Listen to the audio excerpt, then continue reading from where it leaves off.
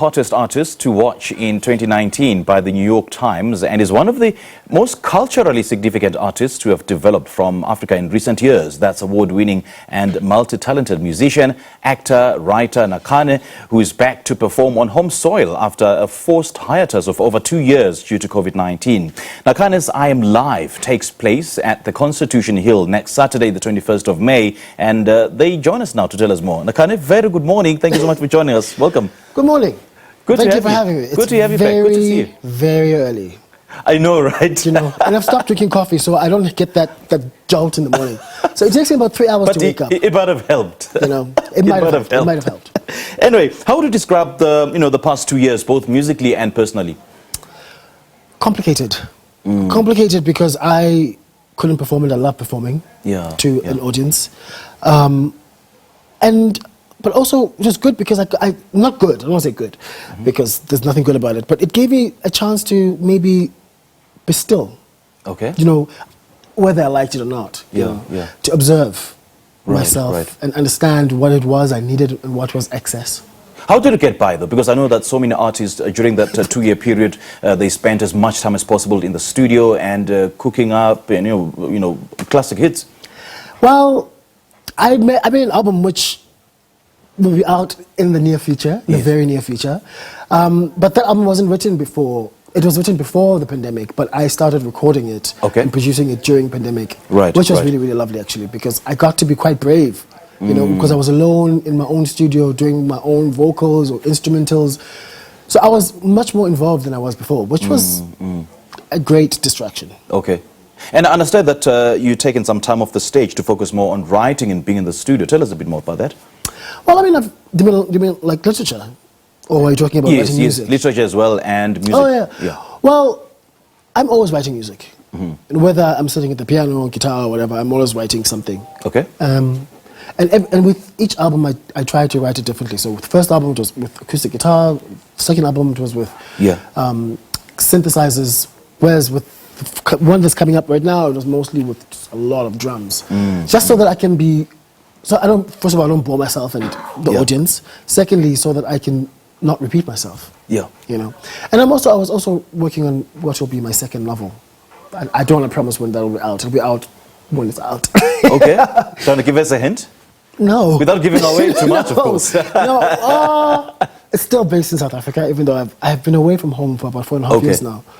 And I miss it. Okay. You know, Nakhane, it's been 10 years now since your first album. So it's been 9 years. 9 years? 10 years next year. Well, 9 years I'm still a spring chicken. Listen to you. Well, it's been, 9 years, since your first album. So what's the difference between the Nakhane then and this Nakhane that we see today? What's the difference? I think I'm always learning. You know, I like to cultivate. Actually, I don't know if you can cultivate this, but I like to be an amateur. I like to be new at things. You know, and the things that I can't be an amateur at, then I like to really work on them and try to better myself. More than anything, I think I've been working on myself, on myself as a human being, as a person. I'm much more confident than I was 9 years ago. I know much more clearer what it is I want. It's easier for me to say no. That is the most difficult thing. Because you can say yes to everything. Sure. But I think I can say no now more. And especially in the position that you're in. Because and not because I'm trying to be difficult or whatever, but sometimes the thing that you know that gut feeling you have, you're like, this is not going to work for me. But you don't want to disappoint someone. And you end up doing it. You end up doing it, and then if you look back in the future and you go, why did I do it? So now I think I'm more in tune. No, I believe I'm more in tune with my intuition. Now, having learned so much about your own self and as a musician, so what are some of the big lessons that you've learned about the music industry, both in the local music space and internationally? It's too early for that. Well, you know what? How do I say this? No one does anything because they love you. I mean, maybe they do. A little bit.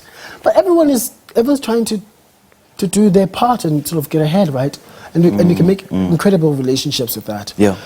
But I think the biggest lesson that I've learned is not to try and be like someone else. that person already exists, their work already exists. How boring would it be for me to try and be that person? I'm trying to understand who I am. Each work that I make is me trying to understand the subject, whether it's myself or, you know, a topic, relationships with other people. It's me trying to sort of wade through. I hear you. I'm trying not to swear. Trying to wade through the nonsense, you know, so I can get a clearer understanding of everything. Okay.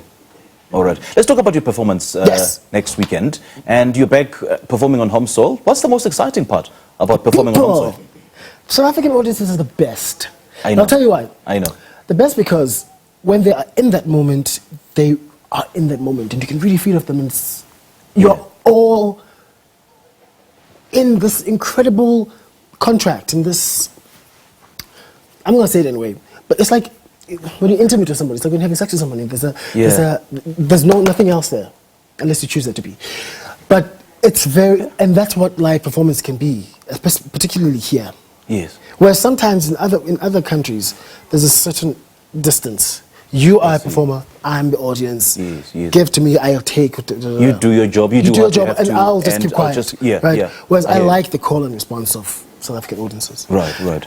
On the adverse, if you're terrible, they will tell you. Oof. Which is good, you must know the truth. You need that kind of feedback. Of course. My best friend... Might not be nice, but you definitely need it. Yeah. I grew up in a family that was like that. I grew up from a family, I was raised by a family of musicians, of singers. Right. And if you were not great, you were not great. But if you were, you knew that you were, and they told you to. I'm all about honesty. Sure. So what's your impression then of how the international audiences are receiving your music? Really well. Is it? Yeah, man. Like I'm still a little bit shocked. Okay. You know, that I am at the place that I am right now. Right. And you'll know more in the next few months. Right. Oh, yeah. Give us more details about Saturday. Saturday, yes. Saturday, 21st of May, I'm headlining, it's called I Am Live, featuring Nakhane. And it is other musicians performing are Bongeziwe Babandla, who's an incredible singer-songwriter, Sanel musician. And it's going to start at 3, and it's going to go on until, what time? Till late. Let's Till just late, put it. till Yeah, 10. till late. So, Till late. Till late. From 3 till late. And Right. we were so grateful to sponsors like, like people like Concert SA, etc. Nakhane, we're out of time, unfortunately. Good to see you back. Thank you so much. Lovely chatting to you. Thank you. Lovely chatting to you too. Well, that was award-winning and multi-talented musician, actor, writer Nakhane speaking to us about their upcoming show at the Constitution Hill next Saturday, the 21st of May, in a show titled I Am Live. They will be supported by Bongeziwe Mabandla and Sanel musician.